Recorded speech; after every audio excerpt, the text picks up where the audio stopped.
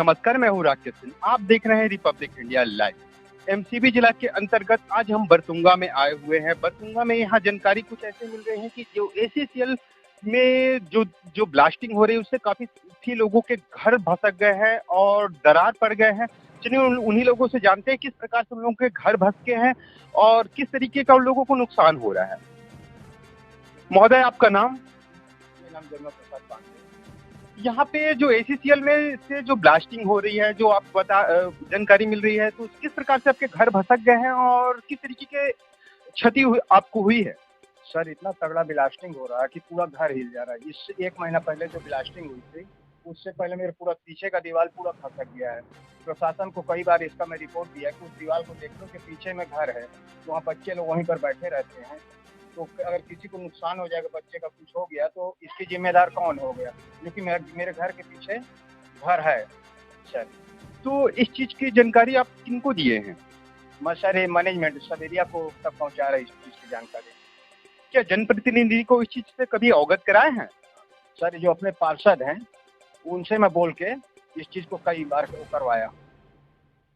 तो क्या आपको लगता है कि जिस प्रकार से बता रहे हैं कि कभी आपको एसीसीएल के द्वारा ये कभी नोटिस प्राप्त हुआ है कि आप यहाँ जो भटका हुआ क्षेत्र है यहाँ पे आप खाली कर दीजिए? नहीं सर, ऐसा कुछ बात नहीं है सर, अभी तक हमको एक भी नोटिस नहीं मिली है।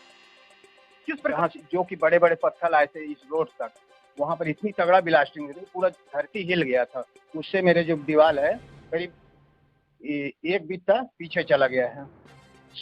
सीट की पुताई बता रही है सर। तो एसी नहीं सर, ये अभी तक कुछ नहीं बोले हैं सर। अभी तक इसका जो मैनेजमेंट तक बात पहुँचाया था अपने पार्षद द्वारा। तो यहाँ पे देखने के लिए मिल रहा है कि आपका सीट भी फूट गया है, तो उस विषय में क्या बोलेंगे आप? सर, सीट के बारे में कल पहुँचाया था तो आए रहे देखने, तो 2 सीट रख के गए हैं, बोले रहे आज सुबह से काम चालू हो जाएगा। अभी तक कुछ नहीं की। इसकी रिपेयर की बात हुई थी, ये रिपेयर की हो जाएगा और सीट भी लग जाएगा, तो अभी तक कोई नहीं आया सर। तो क्या नहीं लगता कि ये जो भटका हुआ क्षेत्र है यहाँ पे आप लोग निवास कर रहे हैं, तो यहाँ पे निवास करने से कभी भी ब्लास्टिंग हो, आपके बच्चे के हो या जीव जंतु के हैं, काफी लोगों की जान जाए, तो यहाँ कभी खाली करके जाने का आपकी इच्छा नहीं होता?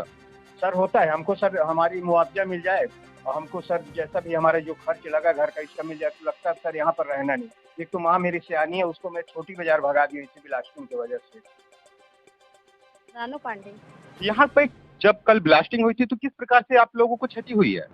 जब कल ब्लास्टिंग हुआ तो वो बाहर में भी बहुत सारे पत्थर गिरे, ठीक है, और प्लास्टिक मैनेजर आया, वो सारे पत्थर उठा के ले गया और ये हमारे घर में सीट फूटा पूरा। यहीं पे हम बच्चे और मैं बैठे हुए थे। मेरी बेटी अभी बीमार है, तबीयत खराब है, उसका इसी बिस्तर पे सोई थी और यहीं से वो फूटा सीट और पूरा पत्थर यहीं गिरा है नीचे। तो क्या नहीं लगता कि आप लोगों को पत्थर गिरने से जान का खतरा हो सकता था? खतरा है, तो अभी भी खतरा बना हुआ। 2 सीट दे गए, उससे कोई फायदा नहीं है। अभी भी खतरा बना हुआ है। आगे जाके अभी इन लोग कितना ब्लास्टिंग करते हैं, हैवी ब्लास्टिंग करते हैं, उससे हमारा घर तो खतरा तो है, बना ही है। जब इतना खतरा बना हुआ है तो आप लोग यहाँ फिर भी निवास करने को वहाँ क्यों है मजबूर? क्योंकि हमारे पास घर नहीं है, इसलिए यहाँ बसे हुए हैं। घर रहता तो वहाँ चल देते दूसरी जगह। चलिए, और महिलाओं और लोग हैं, चलिए उन लोगों से भी जानते हैं यहाँ पे कि इन लोगों को घर नहीं है, इसलिए खतरों में भी रहने के लिए इन लोग हैं मजबूर। आपका नाम?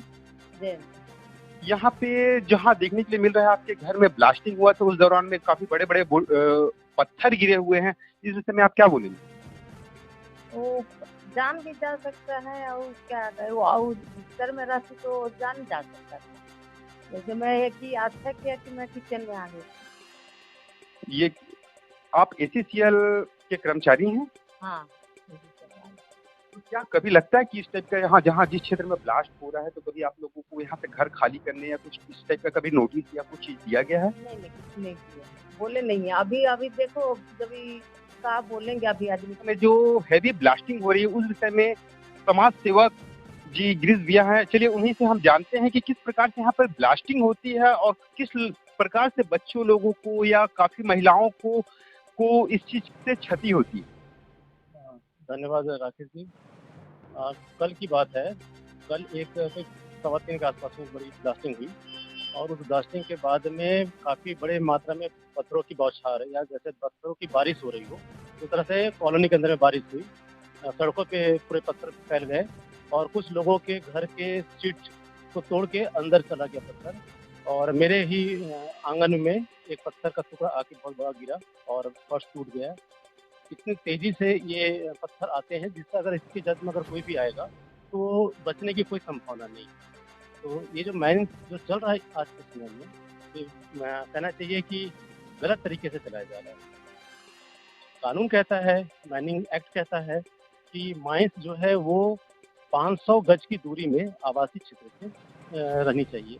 लेकिन आप देखेंगे कि माइंस से बिल्कुल सटा हुआ 50 मीटर से भी कम दूरी पे यहाँ पर कई मंदिर हैं, लोग आते रहते हैं, लोगों की आस्था है। बगल में शुक्रवार को स्थानीय बाजार बैठता है।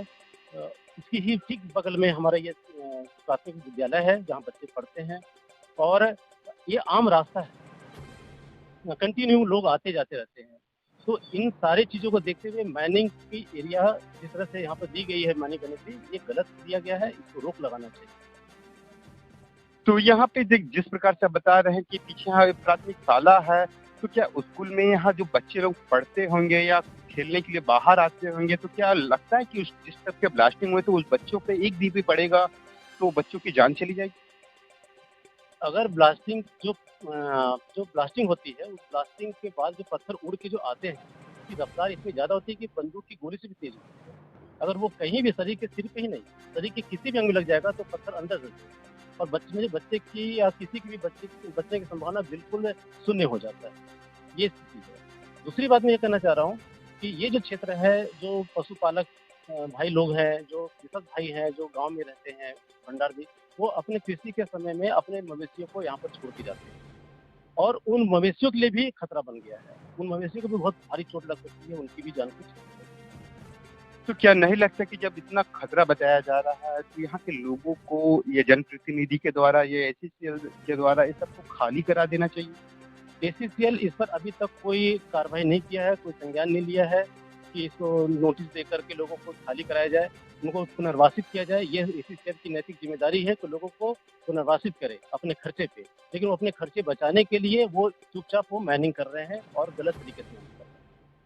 तो ऐसा नहीं ये कहा जा सकता है कि आप लोगों का जान खतरे में लेके भी यहाँ पे रहने को है आप मजबूर? जिनके पास रहने के लिए कोई स्थान नहीं है, बहुत सालों से, आज 40-50 सालों से लोग यहाँ रह रहे हैं और कोई स्थान नहीं है रहने के लिए, इससे वो मजबूरी में यहाँ रह रहे हैं, तो रहने की इच्छुक नहीं है। अगर उनको कोई स्थान मिल जाएगा तो लोग वहाँ जाने को तैयार हैं। अगर मान लीजिए, चलिए हम एक वर्वली में बात पूछते हैं, अगर ऐसे यहाँ से जिस प्रकार से आप ब्लास्टिंग की बात कर रहे हैं, अगर किसी को ब्लास्टिंग के दौरान में अगर किसी के सर पे या कहीं शरीर में अंग में चोट लग जाता है, अगर कोई मर जाता है, तो एसीसीएल उसके विरुद्ध में मतलब उसके पक्ष में क्या करता? बहुत अच्छा सवाल किए हैं आप। अगर कभी ऐसी स्थिति आ जाएगी तो एसीसीएल इस चीज़ को स्वीकार ही नहीं करेगा कि वो ब्लास्टिंग के वजह से मरे हैं या उसकी चोट से मरे हैं, वो दूसरा कारण दर्शा दें। उनको लगता है कि हम कुछ भी कर सकते हैं, तो अपने उनको जो अधिकार मिले हैं उन अधिकारों का दुरुपयोग कर सकते हैं, बहुत तरह के दुरुपयोग कर सकते हैं। उनको जो संवैधानिक या कानूनी अधिकार है वो लोगों को घुमा करके कुछ ऐसे कानूनी दांव पेच लगा करके लोगों को उनके अधिकारों से वंचित करते हैं। तो नहीं लगता कि उन लोगों को कुछ, मान लीजिए एसीसीएल अगर स्वीकार भी कर लेता है कि मान लीजिए हमारे ही ब्लास्टिंग से हुआ है, तो अगर किसी का जान चली जाता है तो एसीसीएल यदि मुआवजा नहीं देगा? अब ये प्रबंधन से सवाल करने की जरूरत है कि प्रबंधन इसके लिए क्या व्यवस्था रखा हुआ है, ये प्रबंधन से सवाल करने की जरूरत है। मुआवजा तो बनता है, अगर किसी को नुकसान पहुंचता है तो एसीसीएल के प्रबंधन की पूरा दायित्व बनता है कि उनका जो क्षतिपूर्ति दे। अब चलिए अब एक तो अनोखा हमारे मन में सवाल आया है कि यहाँ के ग्रामवासियों के हमको जानने के बाद, यहाँ के देखने के बाद कुछ ऐसा लग रहा है कि जिस प्रकार से एसीसीएल अक्सर देखते हैं कि किसी का जमीन लेता है तो उस जगह पे फिर क्या करते हैं, उसके परिवार वालों को नौकरी दे देते हैं। तो अब यहाँ किसी का जान चली जाएगी तो जान जाने के बाद सिर्फ एसीसीएल मुआवजा देगा।